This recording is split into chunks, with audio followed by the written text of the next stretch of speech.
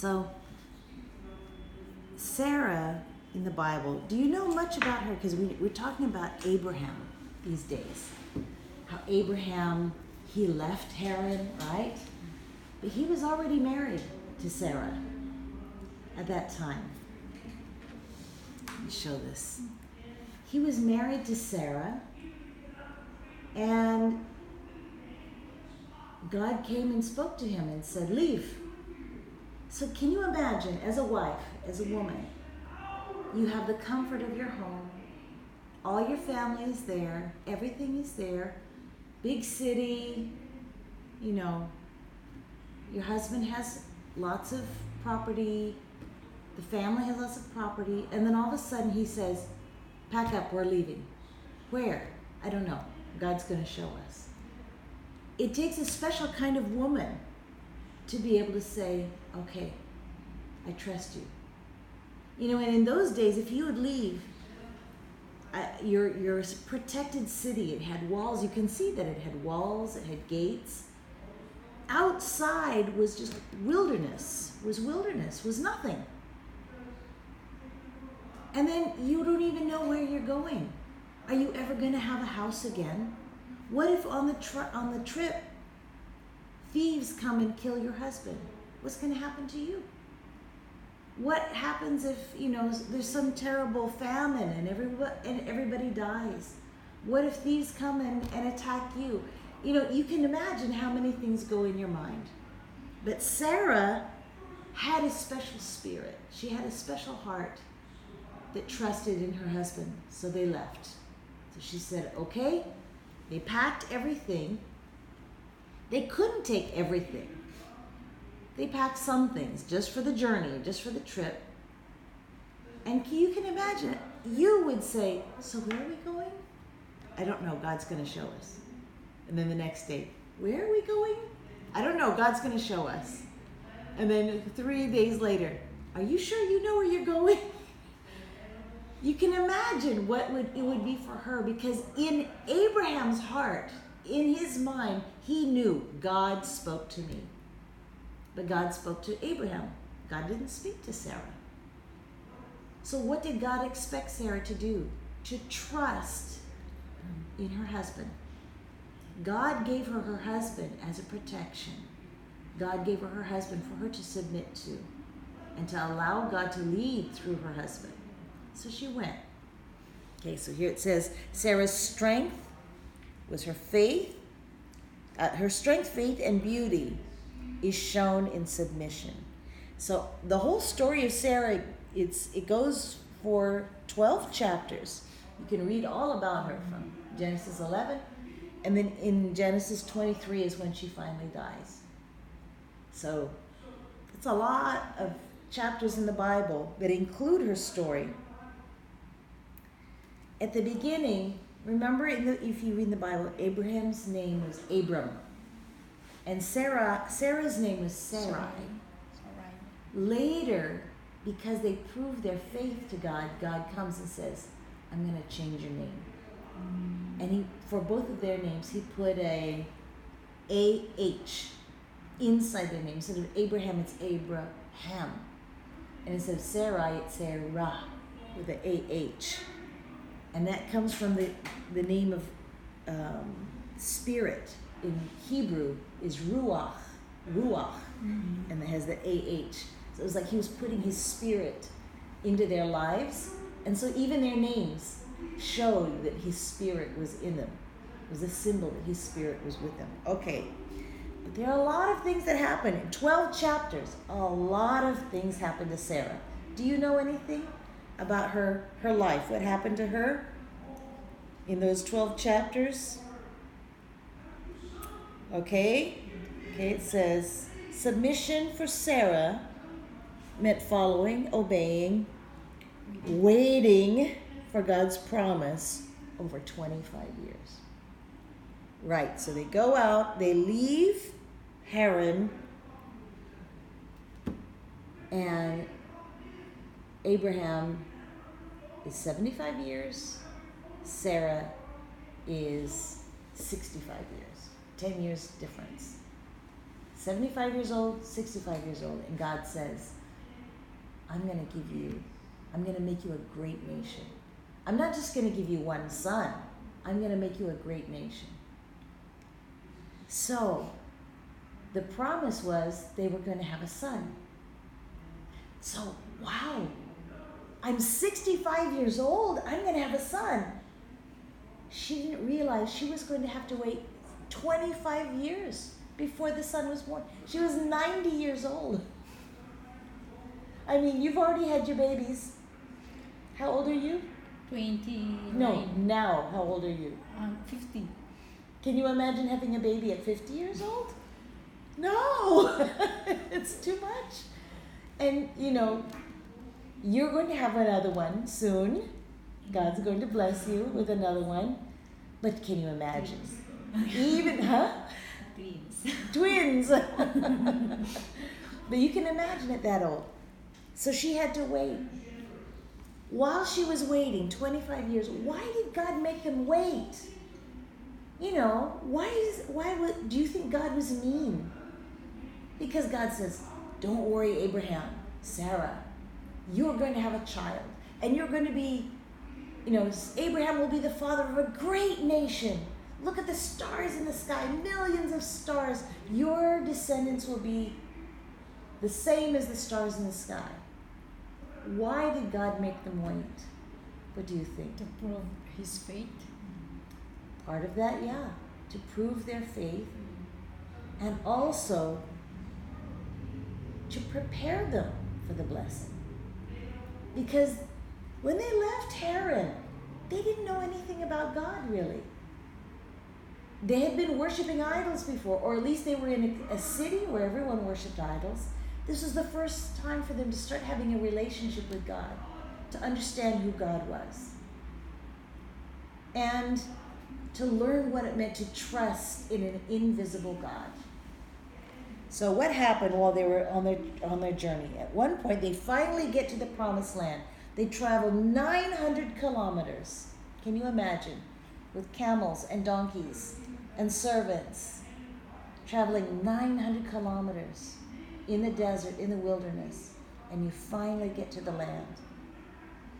So you think, praise God, we're finally here. Okay, let's relax. Let's start building a house. Let's start building our city. But they didn't. They still lived in tents. And then all of a sudden, a famine came. You know what the word famine is? It means no rain. No rain. And so the crops were dying. There were no plants. The animals were dying. And so how are they going to survive? Can you imagine what went into Sarah's mind? Okay, we left our safe home in Haran. We traveled 900 kilometers, and now we have no food? What are we doing here? Was this a mistake? You can imagine the devil was probably attacking her mind. But the Bible doesn't say that she complained. The Bible never says that she argued with Abraham and said, why did you take me here? Now there's a famine. She trusted him. So Abraham said, listen, we need food. We need to take care of ourselves. Let's travel to Egypt for a while. There's food in Egypt. Then we'll come back. So as a wife who trusts in her husband, she submits. They go to Egypt. Do you know what happened when they got to Egypt? Do you know the story? The Pharaoh, he sees this beautiful woman, and it's amazing. She's 65 years old, and she's so beautiful that the king of Egypt wants her as his wife. So she's basically kidnapped. She's forced to live in the harem, in the palace of the Pharaoh. And Abraham's outside wondering, now what? Now what? And can you imagine, the devil was probably saying, if you hadn't left Haran, if you had stayed in Haran, this wouldn't have happened. But he knew, God called me, so God, you have to do something. You have to help me in some way. So God miraculously Everyone in Pharaoh's household got sick. Even Pharaoh got sick. Everyone was getting sick. And Pharaoh was, what's going on here? Why is everyone sick? And he found out that she was actually Abraham's wife. And he realized that the God of Abraham was so powerful that he was bringing a curse onto Pharaoh's kingdom. So Pharaoh, okay, go, you can go. And so she left. Which was we could go into the details of that story later. It's a very beautiful story. But it proved her faithfulness. Can you imagine? What if you go with your husband to some other place and the president of that place says, I want to marry her. I want to marry Mary Jean. She's so beautiful. So I'm going to kill her husband so that I can marry her. But your husband says, no, she's my sister. And so the president steals you and keeps you. You would feel terrible. How would you feel if you were kidnapped and forced to be another man's wife? Even if he was rich, even if he lived in a palace, wouldn't that be terrifying? Wouldn't you be afraid to be kidnapped and forced to be with this man? What did the Bible show that she did? Well, the Bible never says that she complained. It never says that she lost faith. It never says that she behaved in a way that was against the principles of God. Instead, she trusted. God has called my husband. God is in control of my life. God is going to take care of us. She didn't know what was going to happen. But miraculously, God sent an attack on Pharaoh. So the person who kidnapped her, God attacked him. And then soon when Pharaoh realized, he said, go, leave my country. Here's money, here's extra animals, here's gold, and he gave presents to Abraham and said, please get out of Egypt, go. Because I'm cursed, because I took your wife. Please forgive me. So did Abraham lie when he told Pharaoh that she was his sister? No, because they really were brother and sister. It was a different mother. The same father, but a different mother. And in those old days, a man would have many, many wives. So he would have many, many children. And the world, the population of the world was very few. So it wasn't so strange for a man to marry his cousin or his half-sister or something. That was in the old days, not now. Okay, so she had to go through that humiliation, that fear. But she remained faithful to her husband, faithful to the call of God. But something happened when she was in Egypt. One of the presents, one of the gifts that the Pharaoh gave was a woman. And a woman named Hagar. That was one of the gifts that Pharaoh gave to Abraham and to Sarah. She was going to be Sarah's special maid. So when they left, they took all the money and all the blessings that the Pharaoh gave them, but they also brought this one maid to be Sarah's special maid, an Egyptian girl named Hagar. Okay, so they go back to Israel, the land of Canaan. They're there, and she has her maid, and time is going. Where's the baby? No son. Okay, they're rich, they're fine, they're healthy, everything's okay. But at one point, Sarah is so sad because she feels ashamed. God promised her husband a son, and she feels like it's her fault. It's all because of her that the promise isn't coming true. So she blames herself. Why isn't my husband having a son? Why? It's my fault. There's something wrong with me. I'm a bad woman. I must be cursed. And she would cry and feel this pain that she wasn't giving this child to her husband. That was her mistake. Sarah's mistake came from anxiety, shame, and lack of trust in God. Something very strange happened that was not strange in those days. In the olden days, when a woman was married to a wealthy man and they had servants, they would often have children. Of course, they would have children, and the goal was to have as many children as possible. Because if a man had many children, then he would have many sons to help plant the fields and grow the crops and take care of the animals and build the business and build properties, okay? So they wanted lots and lots of children. So sometimes a wife, she would have a few children, but what she would do is she would take her servant and give her servant to her husband and say, well, we need more children to plant crops and do things, so you can take my servant too and have children with her. But, I know, it's very strange. You would never do that. We would never imagine that. But that was in the old days. But the idea was those children didn't belong to the servant. Even though the servant would give birth, she would be like a surrogate mother. She would give birth to the children, but the children belonged to the master and his wife, right? So that they were the real mother and father, even though the servant was the biological mother. I know, very strange idea, but that's something that Sarah began to think.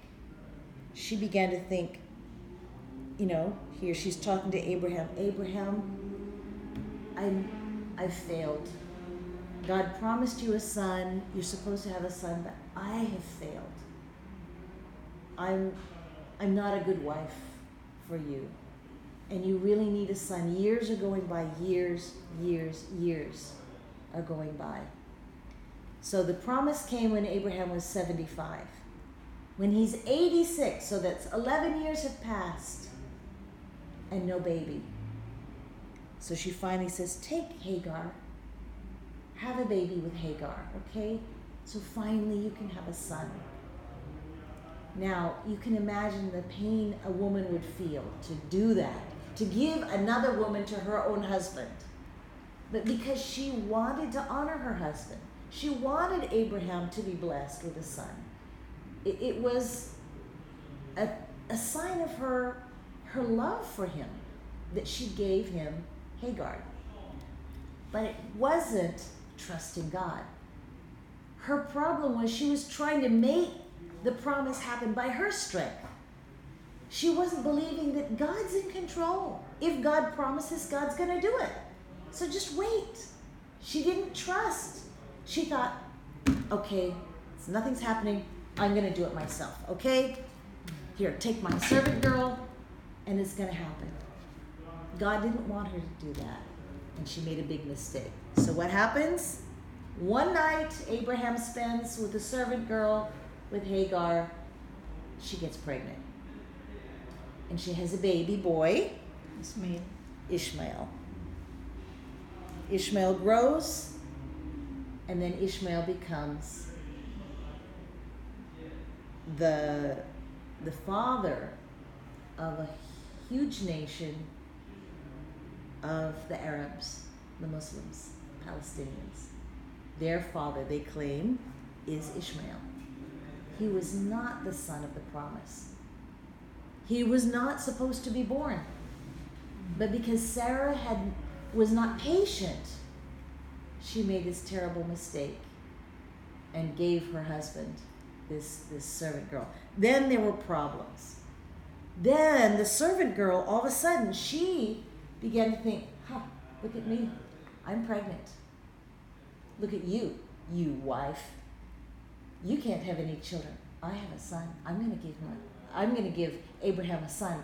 And instead of being humble like a servant and saying, I'm going to give this to my mistress, the madam of my house. No, she started to think she was great. And so Sarah began to fight with Hagar. And they began to fight and argue and hit each other. And there was a time that she made her run off into the desert when she was still pregnant. And then they had to come back. And it was just a big mess. It was a mess. Why was it a mess? Because Sarah had anxiety, shame, and lack of trust in God. That's a big mistake that we as women make. Even though we love God, we love our families, we love our husbands, our children, sometimes when God doesn't answer us right away, our own anxiety makes us do stupid things, very foolish things. And even Sarah did that. Sarah had a good heart. She loved God. She loved her husband, but she didn't trust. So now, today, look at the difference between the children of Hagar and the children of Sarah. The Arabs come from the children of Hagar. Who come from the children of Sarah? Isaac. Israel, the people of Israel. The Jewish nation, and from Israel came Jesus. So Christians, Jews, they come from Sarah. The Arabs come from Ishmael. And they all go back to Abraham. But two completely different spirits, two completely different faiths. Why did Sarah do that? If Sarah had been faithful, we wouldn't have all these problems. But God knew that it was going to happen. Let's look at this verse here. This is from 1 Peter 3. It says here, "But let it be the hidden nature of the heart, that which is not corruptible, even the ornament of a gentle and quiet spirit." Let me turn it this way a little more. "Which is very precious in the sight of God. For in this manner, in the old times, the holy women who trusted in God adorned themselves, being submissive to their own husbands, even as Sarah obeyed Abraham, calling him Lord. You are her children, as long as you do right and are not afraid with any terror." Okay? So she was a woman who knew how to submit to her husband, who knew how to submit to God. So after that whole mess, all the problem with Hagar and Ishmael, finally, Sarah learned to trust. When Sarah learned how to trust, that was when her baby was born. The baby Isaac, right? Baby Isaac. But God needed her to go through those years. God didn't give her the answer right away. The answer was sure. God already decided, no, I'm going to bless you. You are going to be the mother of this great nation. You and Abraham together. That was a promise. But the time between the promise and the baby was a time that she had to be prepared. So for us, we have this campaign coming. We have our prayer requests. God, I need this to change. I ask for this to change. But will you allow God to change you, to prepare you, so that when it happens, you'll be ready? You have to let God make you ready. And maybe you're going to make some mistakes, like Sarah. Pray in Jesus' name, don't make any huge mistakes like Sarah. But the mistake came from her anxiety. So that's a big thing we have to fight. So I wanted to talk a little bit more about submission. All women submit to something, whether they know it or not. Here's a picture of women. They look like they're independent.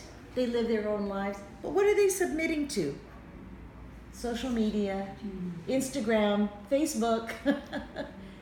Everyone submits to something. If you don't want to submit to the ways of God, you're submitting to the ways of the world. Everybody is a slave of something. Nobody is free, really. The only ones who are really free are those who choose by themselves, no, I submit to God. God makes them free. Look at this. This is a picture of how our lives are supposed to be when it comes to submission. The submission in our family, in our life. This is the ideal way that families are supposed to be. And I know many families are not. This is God's plan. Over everything comes Jesus, comes Christ. He's over everything. But in a family, the one who is the head of the family is supposed to be the husband, right? And he's supposed to submit to Christ. When he is completely submitted to Christ, he protects the family, he provides for his family, he protects them, he doesn't let any evil come to his family, he doesn't let the devil attack his family, he makes sure that everyone is safe. That's the husband's job. The wife's job is to be under this umbrella of her husband. Her job is to be under him. And her job is to protect their children and manage her home. That's her job. That's God's idea. But so if the devil attacks, if the husband is under Christ and the devil attacks, and the wife is under the husband, and the children are under the wife and the dad, the devil can't do anything. The devil attacks and it bounces because they're in this safety of submission. She's submitted to her. Children submit to the mom. Mom submits to the husband. Husband submits to Christ. All of them submit to Christ. They're safe. But the problem is, you have a lot of families, yours for example, where your husband, he's not under Christ. He's way over there. He doesn't want to submit to Christ. So you don't have to submit to everything he wants. For example, even yesterday your husband was saying, stop going to church. Do you have to submit to that? No. Because you must submit to your husband only if what he wants is under Christ. If your husband refuses to obey Christ, well, you continue to obey Jesus. You have to stay. If you go out from under here, you're not protected, right? The problem is, if she moves out from under this protection, her children suffer. You are going to hurt your children if you do not you want to take a picture of this? Yeah, go ahead. If you don't stay under these umbrellas, right? So even if your husband doesn't want to submit, you keep your submission to Christ so that your children will be blessed, your children will be protected. This is good for the single girls who are not married, because they need to be sure, 100% sure, that who they marry is right here. Because there are a lot of girls that get, oh, he's so handsome, oh, he's rich, he can give me a visa. And so they marry any guy. But he's way over here. They are putting their life at risk. He cannot protect them. He cannot bless them. And now their heart is going to be broken because they'll want to submit to him, but then to submit to him, then they have to go against Jesus. It's very hard, right? You want to honor your husband. You want your home to be like this. But every time he tells you, no, forget about Jesus. Forget about that church. You have to disobey your husband so you can obey Jesus. And it's very, very difficult. But God is honoring you. He's going to bless you, and he's going to bless your kids. So this is the model for our life, and this is the model that we need to encourage other women in the church. If you know of anyone, any young girl who wants to get married, she belongs to Jesus, she loves Jesus, help her understand This is what you need to be looking for. Don't accept anything that's not like this. Okay? So, our homework is ask these questions. Do I have an unsubmissive spirit? Would I behave like Sarah if I were in her shoes? If you were anxious, if you were worried, would you try to force things to happen? Are there holes in my umbrella because I have a rebellious spirit? So,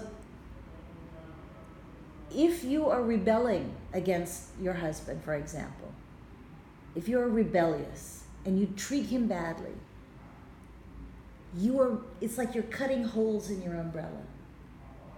So you're rebelling against you. I don't want to listen to you. I don't care about you. So the protection of you for your children has holes also. So for your children to be safe, you need to also submit to him. And am I committing a sin of witchcraft in my own house? That's from the verse in the Bible that says rebellion is the same as the sin of witchcraft.